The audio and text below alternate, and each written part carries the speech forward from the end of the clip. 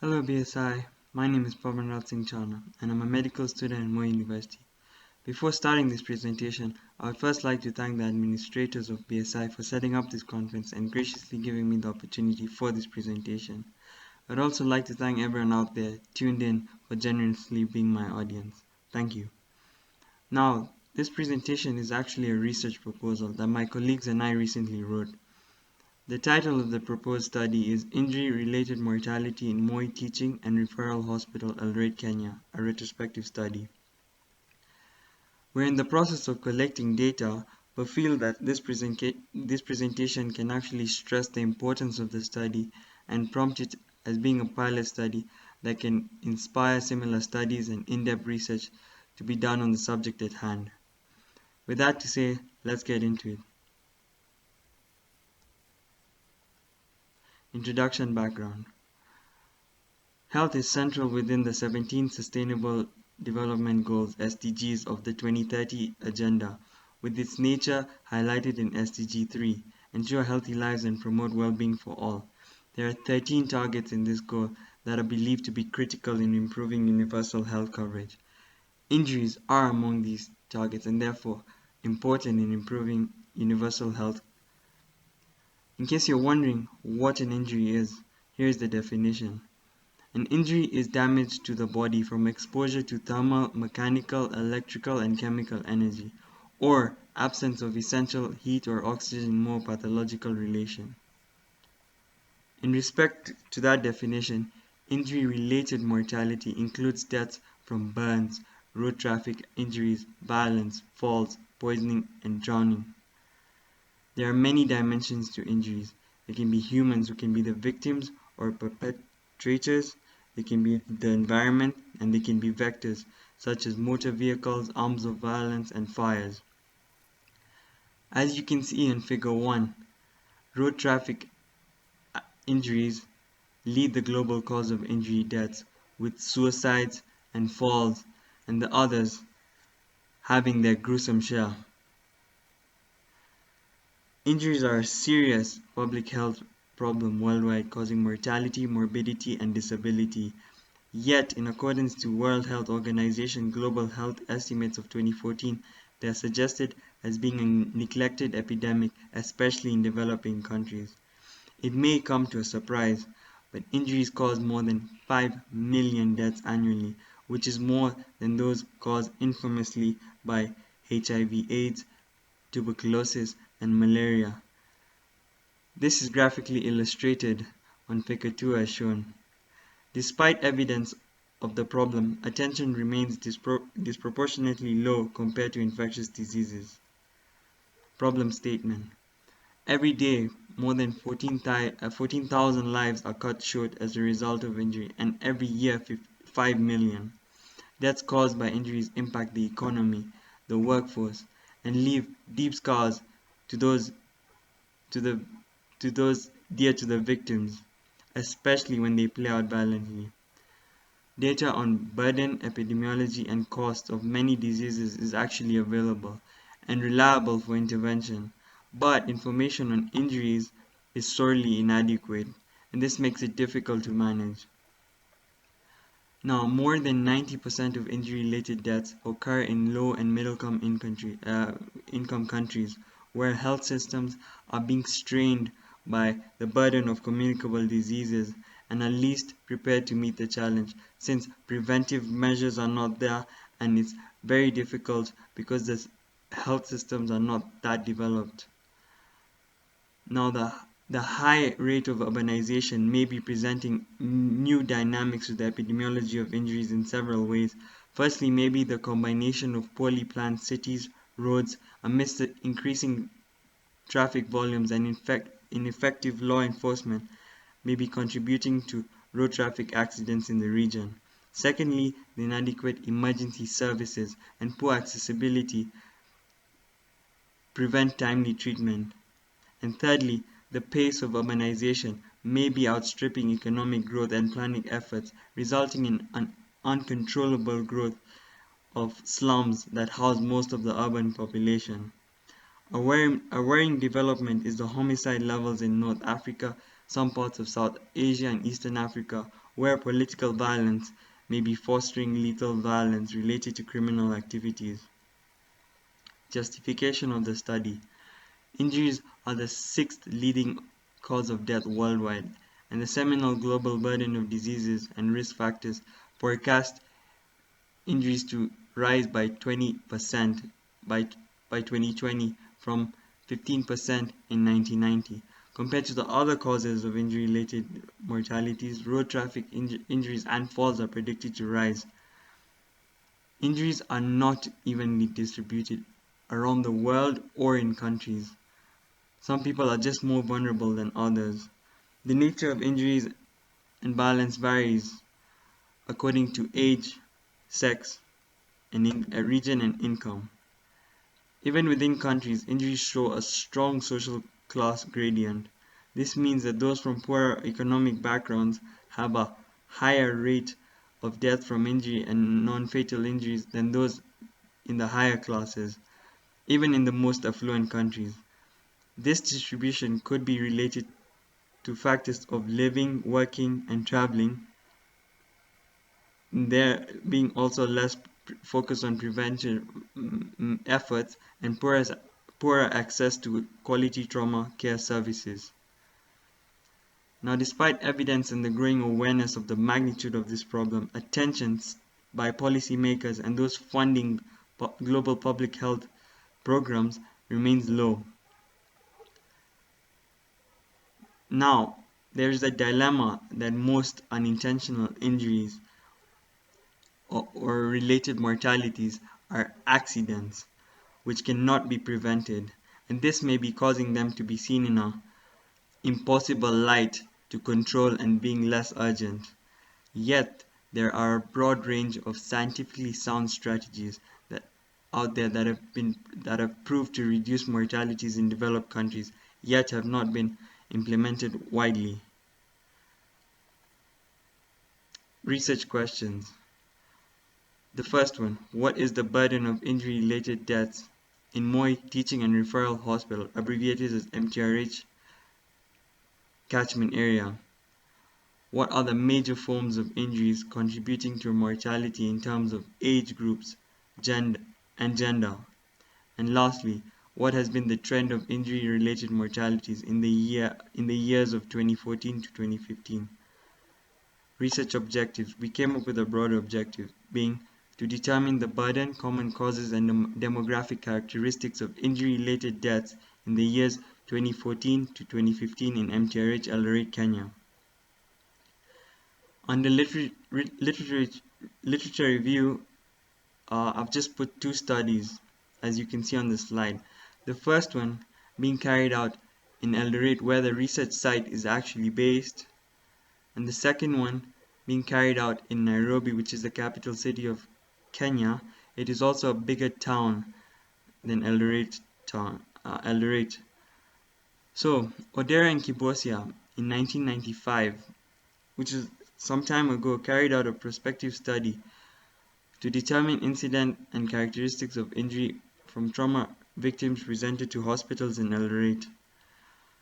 Out of a total of 1,304 victims, 71% were males, and the most vulnerable age group was between 20 to 30 years. There was seen to be a significant link between incidences and nighttime and weekends with alcohol intoxication. Assaults were the leading cause of injuries, while road traffic accidents, falls, burns, and dog bites followed. Now, Saidi and Owar in 2013 studied over the year 2010 on the trends of injury-related mortalities in Nairobi. They found that also males dominated. Their average age of victims was 29 years, which is lying in between the range of Odera's. The major scene of injury is actually surprising. It was actually found in the residence compared to the roads. The main causes of mortality were road traffic accidents, followed by gunshot wounds and assault. Pedestrians predominated the road traffic accidents. It is really interesting that both Odero and Saidi's work quote road traffic accidents. In Kenya, about 13,000 Kenyans lose their lives to road traffic accidents annually. The WHO Global Status Reports on Road Safety show that there are no strict rules on helmet wearing, blood alcohol concentration levels, or child restraints in the country. Even where road traffic safety measures exist, they are poorly enforced and implemented. There is particular attention nowadays on a new form of transport which is based on motorcycle taxi drivers called boda bodas. Let me show you an example of that. Here we can see that figure 3 shows a man with about 6 children and counting an infant. None of them are wearing helmets. It's almost distressing to see this image. You can imagine that 180,000 motorcycles have been designated for this, and and every every year we see that a third of people who die from these are not the rider but the passengers.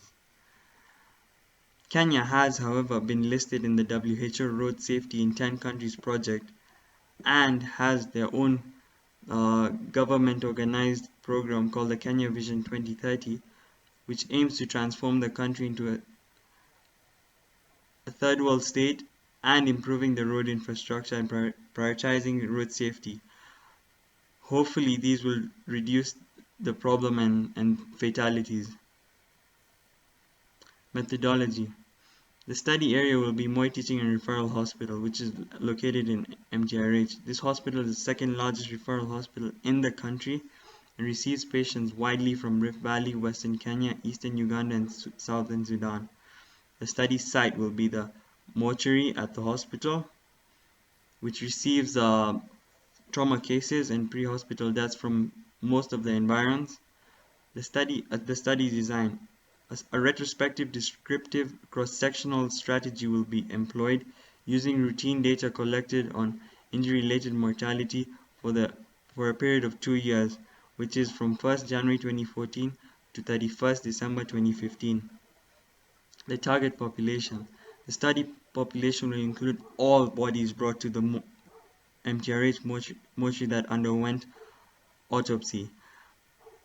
Now, the morgue receives an average of 80 cases per month, giving us an approximate field of 1,920 cases for the 2 years. The eligibility criteria. The inclusion criteria will be forensic cases, and the exclusion criteria will be natural cause cases, which will include those arising from medical or surgical treatment and fetal deaths. The sample size. Using Fisher's formula, the sample size of 384 cases was calculated.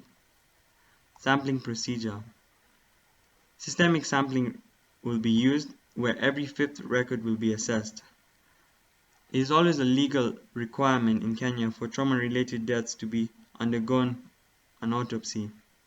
Therefore, 100% accuracy is actually possible for this study. Data collection and management. Our main source of data will be the morgue registry. A designed checklist will be our data collection tool. We're the ones who designed this checklist, and therefore we need to do a pilot study at a neighboring hospital to test it out for at least a month to see whether it's valid or another tool has to be implemented. Data management. Numbers and letters will be used to represent values. Data will be recorded directly into printed checklist and then into Microsoft Excel for analysis, tabulation, presentation, and backup. Data security will our hard copies will be locked in a lock and key box at maybe someone and kept at someone's residential home, and Microsoft Excel copies will be password encrypted. The study period will be between January 2017 to August 2017. For data analysis and presentation, we'll use univariate and multivariate method to analyze data. Causes of death will be processed with respect to WHO's 10th revision of the International Statistical Classification of Diseases and Related Health Problems 2007, abbreviated as ICD-10. Ethical considerations. Our local Institutional Research and Ethics Committee (IREC) and hospital and university approval will be sought prior to carrying out the research. Checklist will not record names to ensure anonymity of the deceased and their relatives, and details recorded will not be disclosed to any other unauthorized party. Conclusion. By defining and understanding the burden, risk factors, and perception of injury-related mortalities, it is hoped that policy makers become conscious of the problem. It gets a light of its own, and then they construct evolved strategies for effective management. The research can serve as a baseline for comparison and interventions, and act as a pilot study if successful to be pursued nationally and globally. As I told you, I unfortunately do not have results to discuss with you since it's a research proposal. I hope that I can maybe compile them and analyze them so I can be given another chance to maybe share them with you. All I can say is injury-related mortalities now is a problem that has been happening, is still happening, and probably will happen in the future. But we need to do something about managing the numbers and work collectively to prevent them, since the most painful thing is if something is preventable and we let it continue, no one out there is to blame but us. The implications of the study. Across the world, injury-related deaths are a better indicator of risk as they consider the size of a population.